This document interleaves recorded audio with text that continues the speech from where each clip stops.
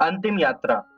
जून 1956 से लेकर डॉक्टर अंबेडकर अपने दिल्ली निवास स्थान 26 अलीपुर रोड में ही अधिकतर रहे। जून जुलाई के दौरान वे कुछ अप्रसन्न, लगभग निरुत्साह से हो गए थे। उनकी टांगें इतनी कमजोर हो गईं कि वे उनके भारी शरीर का वजन उठाने में असमर्थ हो गईं। उनके नेत्रों की रोशनी भी कम होने लगी। वे घर में स्वतः घूमने फिरने से लाचार हो गए और कहीं बाहर जाने के लायक भी न रहे। लगभग पिछले 10-12 वर्षों से उनका स्वास्थ्य सामान्य नहीं था। अधिक दवाइयां खाना भी एक बुरी आदत है, पर मधुमेह रोग के कारण दवाइयों ने उन्हें घेर लिया था। जहां कहीं से वैद्य या हकीम या डॉक्टर की कोई दवाई उन्हें प्राप्त हुई, वह उन्होंने इस्तेमाल की ताकि कुछ आराम मिले। एक और इस तरह की दवाइयां या जड़ी बूटियां डॉक्टर सविता कबीर को अच्छी नहीं लगती थीं। दूसरी ओर डॉक्टर साहब ठीक होने की सभी आशाएं त्याग चुके थे। किसी फ्रेंच डॉक्टर महिला ने उनका कॉस्मिक रेडिएशन के सिद्धांत पर आधारित इलाज करना चाहा, पर डॉक्टर कबीर ने आनाकानी कर दी और वह इलाज न हो पाया। इस पर डॉक्टर अंबेडकर को बड़ा गुस्सा आया और उस पर चिल्ला पड़े, तुम दूसरों के द्वारा मेरे इलाज पर क्यों ऐतराज करती हो, जबकि 8 साल में भी तुम्हारे डॉक्टर लोग मुझे ठीक नहीं कर पाए। तब वह भोजन और दवाइयां लेना छोड़ देते, लेकिन प्रिय भक्तों के आग्रह पर वे उन्हें फिर से लेना प्रारंभ कर देते थे। वे पंगु, निरुत्साह हो गए और यह सोचकर कि अपना मिशन पूरा करने में सफल नहीं हो पाएंगे, खूब रोते थे। वे चाहते थे कि उनके दलित लोग उनके जीते जी शासक बन जाएं, लेकिन उन्हें रोग ने दबोच दिया और अभी तक जो कुछ दलितों के लिए प्राप्त किया था, उसका लाभ कुछ एक पढ़े लिखे दलितों ने ही उठाया। गांवों तथा देहात में रहने वाले दलितों की आर्थिक एवं सामाजिक स्थिति में कोई परिवर्तन उन्हें दृष्टिगत न हुआ। इसी का उन्हें बहुत दुख था। अपने जीवन के अंतिम दिन इन्हें आभाषित होने लगे थे। उन्हें दलितों का ऐसा नेता दिखाई नहीं दिया जो उनकी मृत्यु के उपरांत उनकी जिम्मेदारियों को संभाल लेता। उनके राजनीतिक शिष्य लोभ लालच में उनका साथ छोड़ गए और जो बाकी रहे उनमें नेतृत्व एवं शक्ति के लिए परस्पर झगड़ा होता था। अपनी परंपरा के अनुकूल दूर दूर तक उन्हें कोई ईमानदार तथा समाजसेवी नेता दिखाई नहीं देता था। अपने बिगड़ते हुए स्वास्थ्य की स्थिति में भी डॉक्टर अंबेडकर कुछ पुस्तकों को अंतिम रूप देने में व्यस्त थे। ये पुस्तकें थीं the Buddha and Karl Marx, revolution and counter revolution in India, the riddles of Hinduism, the case of the untouchables, revolution in ancient India और the Buddha and his Dhamma. Babasaheb के परम भक्त नानक चंद रतु इन पुस्तकों को टाइप करने में व्यस्त रहते थे। जब उन्होंने देखा कि वे इन पुस्तकों को पूरा नहीं कर पाएंगे, वे बुरी तरह विचलित हो गए। उनके बाद उन्हें कौन पूरा करवा पाएगा, यह विचार उनके मन में चलता रहता था।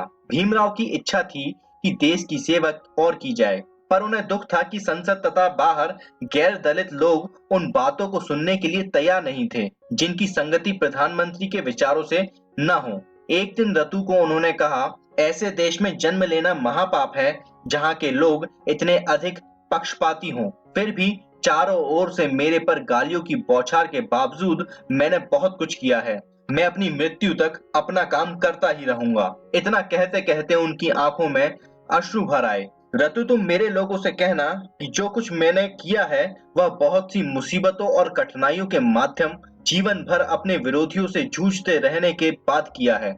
बड़ी कठिनाइयों के बाद मैं उस कारवां को यहाँ तक ले आया हूँ जहाँ तुम आज उसे देखते हो। अनेक विपत्तियों के आने पर भी इस कारवां को आगे बढ़ाना है। यदि मेरे अनुयायी इस कारवां को आगे ले जाने में सफल न हो पाए तो उसे जहाँ है वहीं छोड़ दें, लेकिन किसी भी स्थिति में उसे पीछे न जाने दें। मेरे लोगों को यही मेरा संदेश है। आंसू भरी आंखों के साथ चारपाई पर लेट गए और फिर ध्यानमग्न हो गए। डॉक्टर साहब बहुत ही दुर्बल होते चले जा रहे थे। जो भी उन्हें देखने आता समझता था कि उनका अंत निकट ही है। उनकी संकल्प शक्ति बहुत ही सुदृढ़ थी। भले ही वे मधुमेह के रोग से पंगु और पीड़ित थे, पर उनकी कार्य क्षमता अद्भुत थी। उधर 14 अक्टूबर 1956 शीघ्र आ रहा था, जब उनको बौद्ध धर्म में दीक्षा लेनी थी। उस दिन विजयदशमी थी। वह दिन भीमराव ने हिंदू धर्म त्याग करके बौद्ध धर्म स्वीकार करने के लिए चुना था। नागपुर धर्म परिवर्तन स्थान नियुक्त किया गया। 26 सितंबर के दिन डॉक्टर साहब ने अपने धर्म परिवर्तन की घोषणा कर दी, जिससे सारे भारत में तहलका मच गया। हिंदू और आर्य समाजी तो बहुत ही बेचैन हो गए। 9 और 11 बजे के बीच सुबह धर्म परिवर्तन का समय निर्धारित हुआ। भारत के सबसे वृद्ध भिक्षु चंद्रमणि को कुशीनगर जिला गोरखपुर उत्तर प्रदेश से दीक्षा हेतु आमंत्रित किया गया और वे वहां सहर्ष पधारे। उधर भीमराव, उनकी पत्नी और रतु हवाई जहाज द्वारा 11 अक्टूबर की सुबह नागपुर पहुंच गए। नागपुर के श्याम होटल में उनका प्रबंध किया गया। हजारों लोगों की भीड़ वहां आने लगी ताकि उनके दर्शन किए जा सकें। यहाँ तक कि देहाती क्षेत्रों के सैकड़ों स्त्री पुरुष जो उनके दर्शन नहीं कर पाते, वे उनके पद चिन्हों की धूल को ही अपने माथे पर लगाकर संतुष्ट हो जाते थे। बहुत से स्त्री पुरुष और बच्चे जिनके पास किराए के पैसे नहीं थे, मीलों पैदल चलकर आए और कुछ अपनी चीजों को बेचकर दूर दूर से रेल तथा मोटर गाड़ियों से पधारे। ये सभी लोग अपने देवता हृदय सम्राट के दर्शन करने के लिए 14 अक्टूबर से पहले ही लगातार आ रहे थे। 13 अक्टूबर की शाम को डॉक्टर अंबेडकर ने एक पत्रकार सम्मेलन बुलाया, जिसमें उन्होंने बतलाया कि वे भगवान बुद्ध द्वारा बताए गए धर्म का ही अनुसरण करेंगे। वे हीनयान या महायान बौद्ध धर्म के चक्कर में पड़ना नहीं चाहेंगे। उन्होंने बतलाया कि एक बार गांधी के साथ बातचीत में उन्होंने स्पष्ट कहा था कि वे छुआछूत की समस्या को लेकर गांधी से मतभेद रखते हैं, लेकिन समय आने पर मैं ऐसा मार्ग अपनाऊंगा जो देश के लिए कम से कम हानिकारक हो, और बौद्ध धर्म स्वीकार करना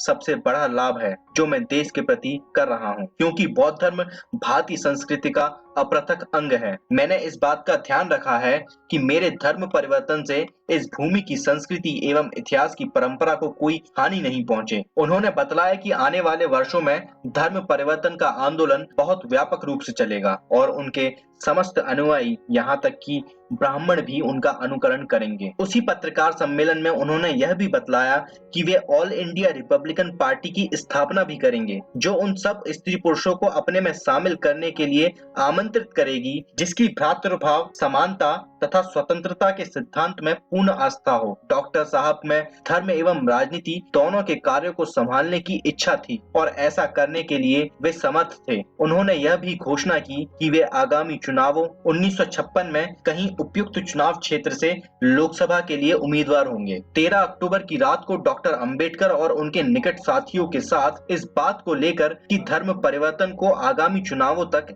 स्थगित क्यों न कर दिया जाए, विचार विमर्श हुआ। उनके साथी एवं कुछ अनुयायी चाहते थे कि आयोजन स्थगित कर दिया जाए ताकि सुरक्षित सीटों पर वे चुनाव लड़ सकें। बौद्ध धर्म स्वीकार करने के बाद वे ऐसा नहीं कर पाएंगे। इस मत भिन्नता को देखकर भीमराव को बड़ा दुख हुआ। वे रो पड़े। जिन लोगों के लिए उन्होंने जीवन भर संघर्ष किया, वे आज थोड़े से लोभ लालच के कारण इतने महान कार्य की टाला मटोली करना चाहते हैं। डॉक्टर साहब ने उन्हें ताड़ना दी और कहा कि यदि वे उनके साथ धर्म परिवर्तन करना चाहते हैं तो उनका स्वागत है, अन्यथा वे जो कुछ चाहें करें। वे तो अपना धर्म परिवर्तन निश्चित रूप से करेंगे। वे लोग अपना सा मुंह लेकर होटल से बाहर निकल आए। अपनी स्वार्थपूर्ण नीति पर उन्हें बड़ा पश्चाताप हुआ। 14 अक्टूबर की सुबह डॉक्टर अंबेडकर कुछ जल्दी उठे। उन्होंने रतु को गर्म पानी के प्रबंध के लिए कहा ताकि वे स्नान कर लें, और स्नान के पश्चात उन्होंने रतु को पंडाल आदि के प्रबंधन को देखने दीक्षा भूमि भेजा। सूचना मिली कि सब प्रबंध ठीक है। सुबह तड़के से ही दीक्षा भूमि की ओर बच्चे, स्त्री, पुरुषों के झुंड चले आ रहे थे। श्याम होटल से लेकर दीक्षा भूमि तक जाने वाली सड़क को सफाई वालों ने तड़के ही साफ कर दिया था। वे सब प्रसन्न थे कि वहां से उनके मुक्तिदाता का पदार्पण होगा। 8:30 बजे डॉक्टर साहब सिल्क की धोती तथा कोट पहनकर अपनी कार में बैठकर और साथ में डॉक्टर सविता तथा रतु को बैठाकर दीक्षा भूमि के लिए रवाना हो गए। मिसेज डॉक्टर सविता अंबेडकर भी सफेद साड़ी पहने हुई थी। मार्ग में दोनों ओर बेशुमार भीड़ थी। आकाश भगवान बुद्ध और बाबा साहब की जय से गूंज उठा। लोगों में बड़ा उत्साह था। सब स्त्री पुरुष बहुत प्रसन्न थे। भीड़ इतनी थी कि सारा प्रबंध अपर्याप्त सिद्ध हुआ। जैसे ही डॉक्टर साहब पंडाल में पहुंचे, उन्हें मंच पर ले जाया गया। एक हाथ में लाठियां और दूसरे हाथ को वे रतु के कंधे पर रखकर खड़े हुए। एकत्र जनसमूह ने तालियों की गगनभेदी गड़गड़ाहट से उनका स्वागत किया। अब 9:15 हो चुके थे। पत्रकार लिखने में और फोटोग्राफर चित्र लेने में व्यस्त थे। मंच पर भगवान बुद्ध की तांबे की प्रतिमा रखी थी, जिसके सामने ढेर सारी मोमबत्तियां, अगरबत्तियां तथा धूप बत्तियां प्रकाश एवं सुगंध फेंक रही थीं। प्रतिमा के दोनों ओर 2 चीतों के चित्र थे। मंच पर भिक्षुगण भी विराजमान थे। सभा का कार्यक्रम डॉक्टर अंबेडकर की प्रशंसा में एक महिला द्वारा मराठी में गाए गीत से प्रारंभ हुआ। सभी श्रोता एक साथ खड़े हुए और भीमराव के पूज्य पिता रामजी सकपाल के मृत्यु दिवस के उपलक्ष्य में 2 मिनट मौन रहे। तत्पश्चात वास्तविक कार्यक्रम आरंभ हुआ। लगभग 15 लाख लोगों की भीड़ एकत्र थी। मंच पर विराजमान 83 वर्षीय महावीर चंद्रमणि और उनके 4 भिक्षुओं ने डॉक्टर अंबेडकर और उनकी पत्नी को, जो भगवान बुद्ध की प्रतिमा के समक्ष खड़े थे, पाली भाषा में विचरण का और फिर पंचशील का उच्चारण करवाया गया। उन्होंने पाली भाषा के शब्दों का मराठी में उच्चारण किया। तब वे डॉक्टर साहब और मिसेज डॉक्टर सविता हाथ जोड़े 3 बार बुद्ध की प्रतिमा के सामने झुके और सफेद गुलाब के फूल अपने कर कमलों द्वारा भेंट किए। फिर उनके द्वारा बुद्ध धर्म स्वीकार करने की घोषणा की गई। क्षण भर में सारा आकाश बाबा साहब अम्बेडकर की जय और भगवान बुद्ध की जय के नारों से गूंज उठा। सारे कार्यक्रम की फिल्म तैयार की गई थी। अब 9:45 हो चुके थे। धर्म परिवर्तन के पश्चात भीमराव को फूल मालाओं से लाद दिया गया। वाली सिन्हा ने भीमराव और मिसेस सविता अम्बेडकर को भगवान बुद्ध की प्रतिमा भेंट की। तब भीमराव ने यह उद्घोषणा की, अपने पुराने धर्म को त्याग कर, जो असमानता और दमन पर आधारित है, मैं आज पुनः जन्मा हूँ। अवतारवाद के दर्शन में मेरा कोई विश्वास नहीं है और यह कहना गलत एवं शरारतपूर्ण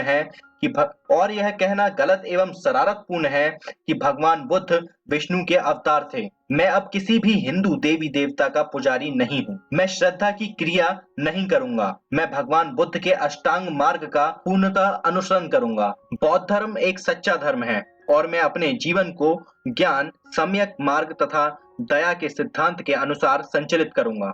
डॉक्टर अंबेडकर ने 1-2 बार यह कहा कि मैं हिंदू धर्म का त्याग करता हूँ। बड़ी भावनापूर्ण मुद्रा में उनका यह उच्चारण लोगों ने सुना। उन्होंने निश्चय किया कि वे हिंदू परंपराओं एवं रीति रिवाजों का अनुसरण कतई नहीं करेंगे। उन्होंने 22 प्रतिज्ञाओं को प्रस्तुत किया, जिसका स्वागत वहां एकत्र जनसमूह ने किया। उन्होंने यह प्रतिज्ञा भी की कि वे प्रतिज्ञाओं में समानता का प्रचार करेंगे। अब बौद्ध होने के बाद उन्होंने सामने बैठे हुए स्त्री पुरुषों को धम्म दीक्षा दी। वे सब कतार बनाकर खड़े हो गए और बाबा साहब ने विचरण एवं पंचशील का उन्हें उच्चारण करवाया और इस प्रकार उनके साथ लाखों नर नारी बौद्ध हो गए। इनमें नागपुर हाईकोर्ट के भूतपूर्व मुख्य न्यायाधीश डॉक्टर M.B.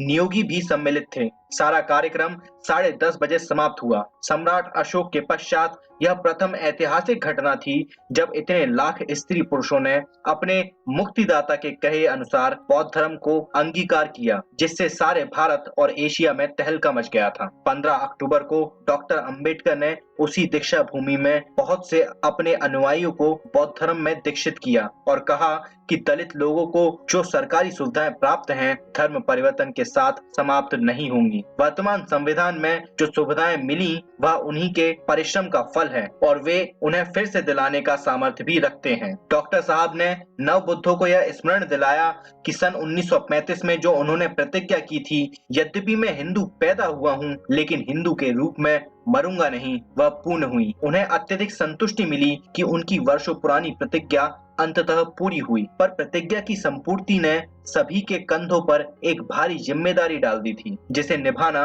उनका परम कर्तव्य था। ऐसा दृढ़ विश्वास उन्होंने प्रकट किया। जब डॉक्टर अंबेडकर नागपुर में थे, उन्होंने शाम होटल में ही अपने दल के कार्यकर्ताओं की एक मीटिंग बुलाई। वे उन कार्यकर्ताओं से कुछ नाराज थे, क्योंकि जैसा कि डॉक्टर साहब ने ठीक ही समझा, सभी कार्यकर्ताओं की रुचि धर्म की अपेक्षा राजनीति में अधिक थी, जबकि उनकी स्वयं की रुचि राजनीति की अपेक्षा धर्म में अधिक थी। चूंकि वे बौद्ध हो गए, इसलिए जातिगत संस्थाओं या दलों की निरंतरता के पक्ष में नहीं थे। शेड्यूल कास्ट फेडरेशन के स्थान पर वे कोई ऐसे राजनीतिक दल की स्थापना करना चाहते थे जिसमें सभी धर्म के लोग निसंकोच सम्मिलित हो सकें। डॉक्टर साहब ने अपने कार्यकर्ताओं को सुझाया कि वे जातिगत भावनाओं को त्याग कर सभी नागरिकों के हित की बात सोचें और राष्ट्र हित में काम करें। 15 अक्टूबर की शाम को ही नागपुर म्युनिसिपल कॉर्पोरेशन ने टाउन हॉल में डॉक्टर साहब का अभिनंदन किया, जहां उन्होंने कहा कि कांग्रेस पार्टी ने राजनीति को एक खिचड़ी बना दिया है। वे सदैव यह देखते रहे कि संविधान जिसके वे प्रमुख निर्माता थे ठीक तरह से काम कर रहा है अथवा नहीं, उसके अधीन हम वास्तविक जनतंत्र स्थापित कर पाएंगे या नहीं। कॉर्पोरेशन के सभी सदस्य उस महान समाज सुधारक, दार्शनिक एवं संविधान निर्माता का स्वागत करने के बाद बड़े ही आनंदित हुए। 16 अक्टूबर को डॉक्टर अंबेडकर ने चांदा में धर्म परिवर्तन के कार्यक्रम में भाग लिया, जहां एक जनसमूह ने उनसे बौद्ध दीक्षा ली। आज चांदा एवं नागपुर दोनों जगह की दीक्षा भूमियों पर डॉक्टर अंबेडकर महाविद्यालय स्थापित है। चांदा से डॉक्टर साहब नागपुर वापस आए और वहां से वे उनकी पत्नी एवं रतु हवाई जहाज द्वारा दिल्ली आ गए। यद्यपि डॉक्टर साहब बुरी तरह थके हुए थे, पर उनमें अपार उत्साह तथा मनोबल था। लगातार 3 दिन तक उन्होंने आराम किया और फिर वे अपने काम में व्यस्त हो गए। कभी कभी वे जोर जोर से भजन भी, विशेषकर कबीर साहब के, गाया करते थे। यद्यपि उनका स्वास्थ्य कमजोर था, पर उनका चेहरा आनंद और अभिमान से दैदीप्यमान था। वास्तव में उनकी मुखाकृति किसी महान कार्य की संपन्नता की घोतक दिख रही थी। शताब्दियों पश्चात उन्हीं के द्वारा बौद्ध धर्म का जयघोष हुआ और भारत भूमि में भगवान बुद्ध के धम्म का पुनरुत्थान हुआ। यह कोई मामूली घटना नहीं थी, यह एक बहुत बड़ा ऐतिहासिक पर्व था जिसे उन्होंने स्वयं संपन्न किया। प्रसन्न मुद्रा में बैठे डॉक्टर अंबेडकर अपने मेहमानों तथा प्रशंसकों को दीक्षा कार्यक्रम के ढेर सारे फोटोग्राफ दिखाया करते थे। वे उन्हें बतलाते थे कि अब वे दिल्ली, उत्तर प्रदेश, पंजाब और महाराष्ट्र, विशेषकर बॉम्बे में बौद्ध धर्म दीक्षा के कार्यक्रम में जाएंगे और इस प्रकार धर्म परिवर्तन के आंदोलन को वे व्यापक रूप से गतिशील बनाएंगे। 30 अक्टूबर 1956 को बाबा साहब ने मिस्टर डी वाली सिंह के एक पत्र के उत्तर में लिखा, बौद्ध धर्म दीक्षा बहुत महान घटना थी और वह भीड़ जो दीक्षा लेने आई मेरी आशा से परे थी। भगवान बुद्ध को धन्यवाद कि सब कार्यक्रम अच्छी तरह संपन्न हो गया। हमें अब उन विधियों एवं साधनों पर विचार करना है जिनके द्वारा उन लोगों को बौद्ध धर्म का ज्ञान दिया जा सके जिन्होंने उसे स्वीकार कर लिया है अथवा मेरे कहने पर उसे स्वीकार करेंगे। मैं चाहता हूं कि बौद्ध संघ अपना दृष्टिकोण बदले और सन्यासी बनने की अपेक्षा भिक्षुओं को क्रिश्चियन मिशनरियों के समान सामाजिक कार्यकर्ता और सामाजिक प्रचारक बनना चाहिए। यद्यपि डॉक्टर अंबेडकर का स्वास्थ्य अच्छा नहीं था, पर उनके अनुयायियों ने उन्हें काठमांडू, नेपाल जाने के लिए राजी कर लिया, जहां विश्व बौद्ध सम्मेलन होने वाला था। नेपाल जाने के सब प्रबंध कलकत्ता के मिस्टर एम ज्योति द्वारा हो चुके थे। डॉक्टर मालवांकर को बॉम्बे से दिल्ली बुलाया ताकि वह डॉक्टर साहब के स्वास्थ्य की देखभाल करने के लिए उनके साथ नेपाल चलें। वहां जाने के पूर्व डॉक्टर साहब के पास बॉम्बे हाई कोर्ट से एक नोटिस आ गया कि वे राजगृह में कुछ अतिरिक्त निर्माण हेतु अपने कॉन्ट्रैक्टर के लगभग 40,000 रुपए जमा कराएं। डॉक्टर साहब ने उस रकम का प्रबंध किया और मिसेस सविता अंबेडकर उसे बॉम्बे जाकर जमा करवा कर दिल्ली वापस आ गईं। 14 नवंबर 1956 को डॉक्टर अंबेडकर और उनका दल, जिसमें मिलिंद महाविद्यालय के प्राचार्य M B. Chitnis, mister Waral, doctor Malvankar, Mrs Savita Ambedkar आदि थे, काठमांडू के लिए रवाना हो गए। राजा महेंद्र ने उस चतुर्थ विश्व बौद्ध सम्मेलन का 15 नवंबर 1956 को दरबार गैलरी हॉल में उद्घाटन किया। उस दिन नेपाल सरकार ने छुट्टी का दिन घोषित कर दिया और उधर पशुपति नाथ के मंदिर में बौद्धों के लिए जो प्रवेश निषिद्ध था, उसके पुजारियों ने उसे उनके लिए खोल दिया। डॉक्टर अंबेडकर जब सम्मेलन में बोले, तब संपूर्ण भीड़ ने उनका जयघोष किया। डॉक्टर साहब ने बतलाया कि वे यहाँ ये कहने आए हैं कि संसार के सभी धर्मों में बौद्ध धर्म सर्वोत्तम धर्म है। सम्मेलन के अध्यक्ष डॉक्टर मलाला शेखार ने बोलते हुए डॉक्टर अंबेडकर का लाखों लोगों सहित धर्म परिवर्तन को एक अद्वितीय घटना बतलाया। हालांकि भारत में किसी हिंदू विद्वान या नेता ने उनके धर्म परिवर्तन का स्वागत नहीं किया था। डॉक्टर अंबेडकर से नवंबर को बौद्ध धर्म में अहिंसा नामक विषय पर बोलने के लिए निवेदन किया गया, पर सम्मेलन में भाग लेने वालों की अधिसंख्या चाहती थी कि वह भगवान बुद्ध और कार्ल मार्क्स पर अपना भाषण दें। श्रोताओं की रुचि देखते हुए डॉक्टर अंबेडकर बौद्ध धर्म एवं साम्यवाद पर ही बोले, जिसकी व्याख्या आगामी पृष्ठों में होगी। नेपाल से वापस लौटते समय डॉक्टर अंबेडकर बनारस रुके और वहां बनारस यूनिवर्सिटी तथा काशी विद्यापीठ में विद्यार्थियों के समक्ष कुछ व्याख्यान दिए। उनके व्याख्यानों से सदैव चुनौती की ध्वनि निकलती थी। उसी ध्वनि में वह वहां बोले। बौद्धिक विजय में उनका बड़ा आत्मविश्वास था। उन्होंने कहा कि वे बौद्ध धर्म के लिए वही करेंगे जो शंकराचार्य ने हिंदू धर्म के लिए किया था। बनारस यूनिवर्सिटी के हॉल में वह शंकराचार्य के प्रसिद्ध वाक्य ब्रह्म सत्यम जगतम मिथ्या पर बोले। डॉक्टर साहब ने तर्क दिया कि यदि ब्रह्म सर्वत्र व्याप्त है तो एक ब्राह्मण और एक अछूत समान है। लेकिन शंकर ने अपने सिद्धांत को समाज पर लागू नहीं किया, मात्र विचार स्तर पर ही उसे रख छोड़ा। यदि शंकर ने अपने सिद्धांत का परिपालन सामाजिक स्तर पर किया होता तो समानता के सिद्धांत का प्रचार किया होता, तो वह अत्यधिक महत्व की बात होती। फिर भी शंकराचार्य का यह विश्वास है कि जगत एक भ्रम है, गलत है। डॉक्टर साहब ने विद्यार्थियों से पूछा कि वे असमानता पर आधारित पुरुष सूक्त में विश्लेषित समाज संगठन को मानेंगे अथवा समानता पर आधारित स्वतंत्रता एवं भ्रातृभाव पर आधारित संविधान में उल्लेखित समाज व्यवस्था कायम करेंगे। क्या वे हिंदू शास्त्रों में व्याप्त असमानता के सिद्धांत का खंडन नहीं करेंगे? डॉक्टर अंबेडकर ने लगभग सभी बौद्ध तीर्थ स्थानों का भ्रमण कर लिया। बनारस से वह कुशीनगर भी गए। वहां से 30 नवंबर 1956 को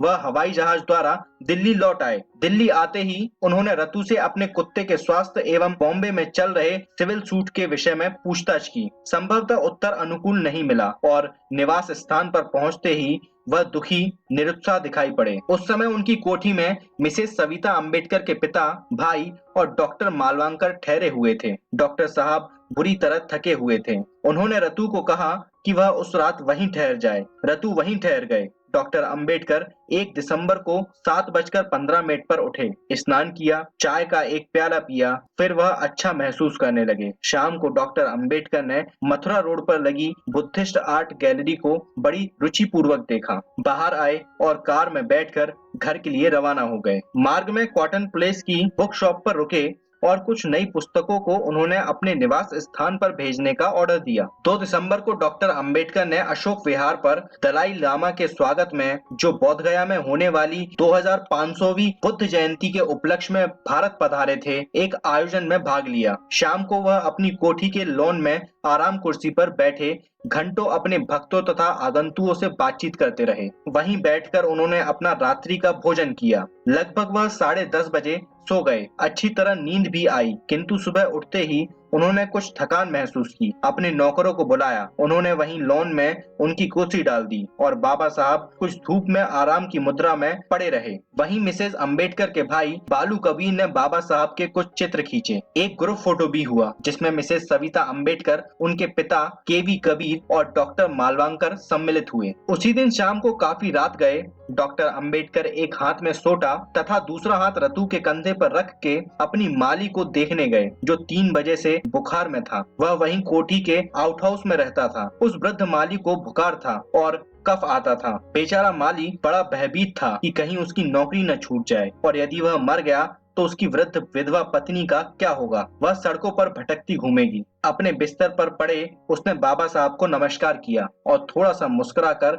उनका आदर सत्कार किया। फिर वह फूट फूट कर रोने लगा। वह डॉक्टर साहब की दया एवं मेहरबानी के लिए कृतज्ञ हुआ। उसने रोना बंद किया, 2 क्षण सांस ली और बोला, भगवान स्वतः मेरे घर दर्शन देने आए हैं, लेकिन श्रीमान मेरे जीवन का कोई भरोसा नहीं, न मालूम मेरी पत्नी का क्या होगा। वह फिर आंखों में आंसू भर लाया और रोने लगा। डॉक्टर साहब अपने सभी नौकर चाकरों के साथ अच्छा व्यवहार करते और वे भी उन्हें हृदय से प्रेम करते थे। वृद्ध माली को ढांढस बंधाते हुए डॉक्टर साहब ने कहा, रोना बंद करो, प्रत्येक आदमी को कभी न कभी मरना है। मैं भी किसी दिन मरूंगा, जरा धैर्य से काम लो। उन दवाइयों को ले लो जो मैं अभी भेजता हूँ और तुम बिल्कुल ठीक हो जाओगे। उन्होंने रतु से कहा, देखो बेचारा गरीब मृत्यु से भयभीत है, मैं नहीं हूँ, किसी भी क्षण उसका आगमन हो सकता है। क्या पता था कि मौत उनकी चुनौती को सुन रही थी। 3 दिसंबर को डॉक्टर अंबेडकर ने रतु से यह जानना चाहा कि बॉम्बे जाने के लिए 14 दिसंबर का उनके लिए रिजर्वेशन हो गया है अथवा नहीं।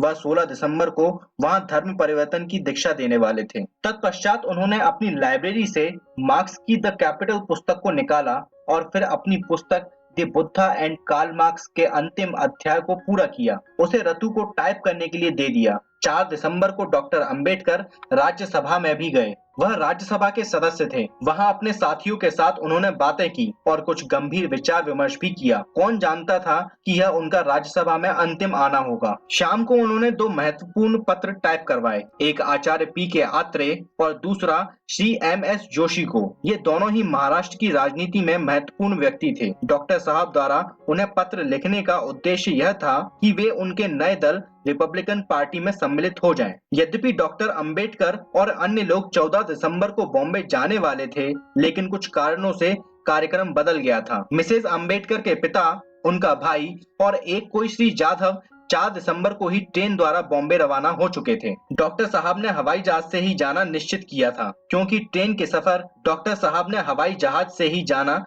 निश्चित किया था, क्योंकि ट्रेन से सफर करने में वह कठिनाई महसूस करते थे। रतु ने लगभग रात को 1:30 बजे तक टाइप का काम किया और वहीं कोठी में सो गया। 5 दिसंबर की सुबह रतु जल्दी उठा, पर बाबा साहब सोए हुए थे। बाबा साहब लगभग 8:45 बजे उठे। रतु ने उन्हें प्रणाम किया और उनसे रुखसत ली। निहायत ईमानदार और सच्चा भक्त अपनी साइकिल ले दफ्तर रवाना हो गया। मार्ग में जाते समय कहीं होटल में भोजन किया और दफ्तर जा पहुंचा। बाबा साहब के अंतिम दिनों में रतु ही उनका एकमात्र सक्रिय भक्त था, जो अपने दफ्तर के अलावा सुबह शाम उनकी सेवा में व्यस्त रहता था और जिसने सहृदय बाबा साहब के निकट रहने का सौभाग्य प्राप्त किया था। लगभग दिन के 1:30 बजे डॉक्टर मिसेज अंबेडकर डॉक्टर मालवांकर के साथ कुछ सामान खरीदने के लिए बाजार चली गईं। काफी देर गए डॉक्टर साहब ने 2-3 बार घंटी बजाई। अपनी पत्नी के विषय में मालूम हुआ कि वह अभी बाजार से लौटी नहीं है। शाम हो चली थी। रसोइये ने लाइट जलाई और बाबा साहब को स्नान गृह की ओर ले गया ताकि वह शौच आदि से निपट लें। तब डॉक्टर साहब ने चाय पी। दोबारा उन्होंने घंटी बजाई और मिसेज सविता नहीं दिखाई दी। बाबा साहब का चेहरा यकायक लाल हो गया। रतु लगभग शाम के 6 बजे आया तो बाबा साहब बुरी तरह बिगड़े थे कि सविता अभी तक क्यों नहीं आई। उन्होंने रतु को कुछ टाइप का काम दिया। उसी बीच मिसेज अंबेडकर डॉक्टर मालवांकर सहित पधार गईं और जैसे ही उन्होंने अंदर की ओर झांका तो बाबा साहब ने, जो पहले से ही नाराज थे, उस पर आक्रोश का प्रहार किया। उसने रतु से कहा कि वह साहब को शांत कर दे। कहा जाता है कि उस दिन बाबा साहब तलाक देने की बात सोचने लगे थे। रात के 8 बजे तक बाबा साहब बिल्कुल शांत हो गए। उसी समय एक जैन शिष्टमंडल उनसे मिलने आया। हालांकि डॉक्टर साहब उन्हें दूसरे दिन बुलाने की सोच रहे थे। चूंकि वह मंडल आ ही गया था, साहब ने बात करना उचित समझा। कुछ मिनट वह स्नान गृह जाकर रतु के कंधों पर हाथ रखे बाहर आ गए। अपने ड्राइंग रूम में वह सोफा पर बैठ गए और उधर मंडल के सदस्य आदर हेतु खड़े हुए। कुछ समय वातावरण बिल्कुल शांत रहा। जैन नेता उनके चेहरे की ओर टकटकी लगाकर देखते रहे। कुछ क्षण बाद डॉक्टर साहब ने अपना सिर उठाया और उनसे मिलने का उद्देश्य पूछा। प्रथम उन्होंने उनके स्वास्थ्य के बारे में पूछताछ की। साहब ने कहा, स्वास्थ्य ठीक चल रहा है। तब मंडल के सदस्यों ने जैन तथा बुद्ध धर्म से संबंधित कुछ प्रश्न किए। लगता है कि वे बड़े प्रभावित हुए और साथ में लाई पुस्तक जैन और बुद्ध उन्हें भेंट की। उन्होंने प्रार्थना की कि वह अगले दिन एक जैन समारोह में भाग लें और उनके मुनि से विचार विमर्श करें। बाबा साहब ने उनकी प्रार्थना स्वीकार की, बशर्ते कि उनके स्वास्थ्य ने उनका साथ दिया। जैन महानुभाव अपने घर चले गए। जब वह जैन नेताओं से वार्तालाप में व्यस्त थे, उसी बीच उनके अंतिम मेहमान डॉक्टर मालवांकर रात को ही हवाई जहाज द्वारा बॉम्बे चले गए। सच्चा भक्त रतु उनकी टांगों को दबा रहा था। डॉक्टर साहब ने रतु से कहा कि वह उनके सिर में तेल मालिश कर दे। उसने ऐसा ही किया। बाबा साहब को थोड़ी राहत मिली और वह प्रसन्नचित्त दिखाई देने लगे। अचानक रतु को एक मधुर, धीमी, संगठित पूर्ण ध्वनि सुनाई दी। जब उन्होंने देखा तो बाबा साहब ही अपने सीधे हाथ की उंगलियों को सोफे पर टिक टिक करते हुए कोई गीत गा रहे थे। धीरे धीरे वह गीत रतु को स्पष्ट ध्वनि में सुनाई देने लगा।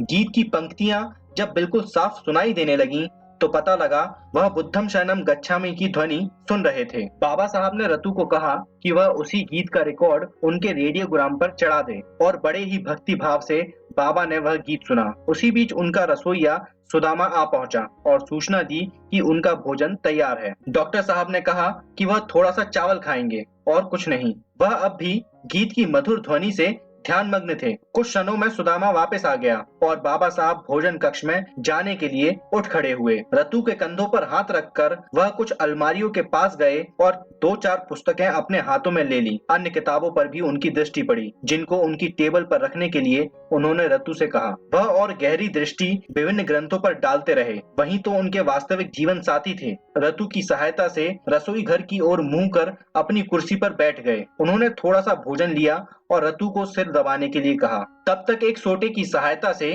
कबीर का एक भजन गाते हुए चल कबीर तेरा भव सागर डेरा उठ खड़े हुए। ऐसा करते हुए वह पास में ही अपने सोने वाले कक्ष में प्रविष्ट हो गए। जैसे ही जाकर कमरे में बैठे, उन्होंने उन सभी पुस्तकों को एक एक करके देखा, जिन्हें वह कुछ समय पहले अलमारियों से निकाल कर लाए थे। उन्हें फिर अपने पास की टेबल पर ही रख दिया। लगभग 11:15 पर डॉक्टर अंबेडकर अपने बिस्तर पर लेट गए और रतु से धीमे धीमे अपने पैर दबाने के लिए कहा। रतु पहली रात को भी अपने घर नहीं गया था। उसने घर जाने की इच्छा महसूस की, क्योंकि डॉक्टर साहब को नींद का झोंका आ रहा था। उनका ध्यान आकर्षित करने के लिए रतु ने टेबल पर रखी पुस्तकों को ठीक किया। उसने देखा कि बाबा साहब अब सो गए हैं। वह अपनी साइकिल लेकर घर चल दिया। रतु को जोर से भूख लगी हुई थी। वह थका हुआ भी था। वह जानता था कि उसकी पत्नी उसका इंतजार कर रही होगी। जैसे ही वह कोठी के द्वार पर पहुंचा होगा कि सुदामा पीछे से भागता हुआ आया और कहा कि तुम्हें डॉक्टर साहब वापस बुला रहे हैं। उन्होंने रतु से अपनी अलमारी से द बुद्धा एंड हिज धम्मा नामक ग्रंथ की भूमिका तथा प्रस्तावना लाने को कहा और टाइप किए उन पन्नों को भी अपनी मेज पर रखवा लिया, जो उन्होंने आचार्य आत्रे, एस जोशी तथा वर्मा सरकार को लिखवाए थे। रतु ने पुस्तक की भूमिका तथा प्रस्तावना और वे पत्र उनकी चारपाई के पास रखी मेज पर रख दिए और अपने घर चला गया। डॉक्टर साहब उन पत्रों को रात्रि में देखना चाहते थे, क्योंकि सुबह की डाक से उन्हें भेजना था। सुदामा ने उसी मेज के ऊपर कॉफी भरा एक थर्मस और मिठाइयों की एक प्लेट भी रख दी, जो रोजाना कार्यक्रम के अनुसार था। लेकिन कोई भी नहीं जानता था कि मृत्यु उनके पीछे खड़ी थी। सुदामा, रतु तथा मिसेस अंबेडकर को कतई आभास नहीं था कि उनका अंत इतना निकट है। अपनी दिनचर्या के अनुसार मिसेस अंबेडकर 6:30 बजे सुबह उठी और उन्होंने डॉक्टर साहब को सोए हुए पाया। उनके पैर एक तकिए पर आराम की स्थिति में थे। थोड़ी देर अपनी कोठी के बगीचे में टहलकर वह बाबा साहब को रोजाना की भांति जगाने गईं। मिसेस अंबेडकर ने उन्हें जगाने का प्रयास किया, पर वह एकदम भयभीत हो गईं, यह देखकर कि उनके पतिदेव इस दुनिया से जा चुके हैं। मात्र उनका पार्थिव शरीर बिस्तर पर पड़ा हुआ है। उन्होंने अपनी कार रतु के घर भेजी और वहां भक्त रतु भी आ गया। उसके आते ही मिसेस अंबेडकर सोफे पर गिर पड़ी और चिल्लाई कि अब बाबा इस संसार में नहीं रहे। रतु इसे सहन न कर सका और कांपती आवाज में चीख पड़ा, बाबा साहब क्या हो गया? फिर दोनों बाबा के कमरे में प्रविष्ट हुए। दोनों ने उनके हाथ पैर दबाए, उनकी तेल मालिश की, इधर उधर उनके शरीर को हिलाया डुलाया, लेकिन वे उनकी सांस लौटाने में असमर्थ रहे। एक चम्मच ब्रांडी भी उनके मुख में डाली, पर उससे भी क्या होता? वह तो अपनी निंद्रा में ही चल बसे थे। पता नहीं रात्रि में कब उनका देहावसान हो गया था। मिसेस अंबेडकर अब जोर जोर से रोने लगी। वह बाबा की मृत्यु के गम में डूब गईं और उधर रतु भी उनके मृत शरीर के पास बैठा फूट फूट कर रोने लगा। वह चिल्लाया, ओह बाबा साहब, मैं आ गया हूँ, मुझे कुछ काम दो। लेकिन उनकी आवाज को सुनने वाला महान नेता अब जीवित न था। बाबा साहब की मृत्यु के समय उनके एक अच्छे परिचित श्री चमनलाल शाह, जिन्हें उनकी यौगिक रहस्यवादी अध्ययनशीलता के लिए डॉक्टर साहब पसंद करते थे, वहां ठहरे थे। बहुत पहले ही बाबा ने कहा था कि उनका जीवन का अंत उस समय हो जाएगा जब उनका मिशन पूरा हो जाएगा, और वैसा ही हुआ। कुछ ही क्षणों में रतु ने इस अभागे समाचार को बाबा साहब के निकट रहने वाले व्यक्तियों, केंद्रीय मंत्रियों तथा सरकार को टेलीफोन पर दिया। कुछ ही घंटों में यह समाचार अग्नि की भांति सारी दिल्ली में फैल गया। ऑल इंडिया रेडियो ने इस समाचार को 2 बार प्रसारित किया। संसद का अधिवेशन उस समय चल रहा था। सूचना मिलते ही सदनों की कार्यवाही बंद कर दी गई। लोकसभा में प्रधानमंत्री नेहरू ने भावविहीन श्रद्धांजलि अर्पित की और वह बाबा साहब के निवास स्थान पर भी गए। बड़ी मौन मुद्रा में नेहरू ने अपने एक सहयोगी मित्र के अंतिम दर्शन किए और कुछ क्षण उनके पास खड़े रहे। लगभग 10 बजे से 26 अलीपुर रोड पर बाबा के शव के दर्शनार्थी स्त्री पुरुषों की भीड़ इकट्ठी हो गई और शाम 7 बजे तक हजारों नर नारी वहां आते रहे। सभी दर्शनार्थी विचित्र सी खोई हुई मुद्रा में थे और बहुत से आंसू बहा रहे थे कि अब उनका मसीहा इस दुनिया में न रहा। यह खबर सिद्धार्थ कॉलेज के द्वारा बॉम्बे में पहुंच गई और वहां भी सारे शहर में शोक की लहर फैल गई। वहां सूचित किया गया कि उनका पार्थिव शरीर हवाई जहाज द्वारा बॉम्बे पहुंच रहा है। फिर क्या था, लाखों नर नारी उनके दादर स्थित राजगृह मकान पर पहुंच गए। हजारों लोग हवाई अड्डे पर जमा हो गए। जब जवाहरलाल नेहरू उनके निवास स्थान पर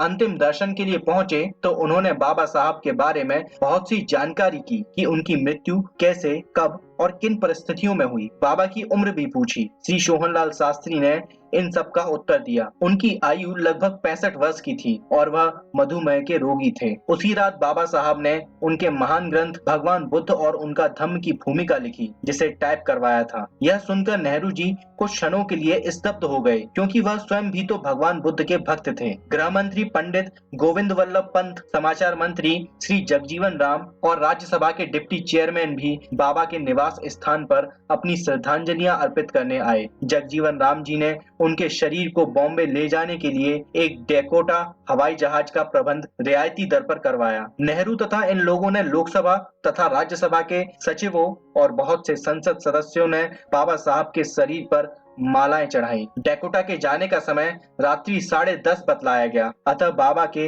अनुयायियों ने उनके पार्थिव शरीर की यात्रा दिल्ली में निकालना निश्चित किया। शाम 6:30 बजे उनके शरीर को एक ट्रक पर रखकर सजाया गया।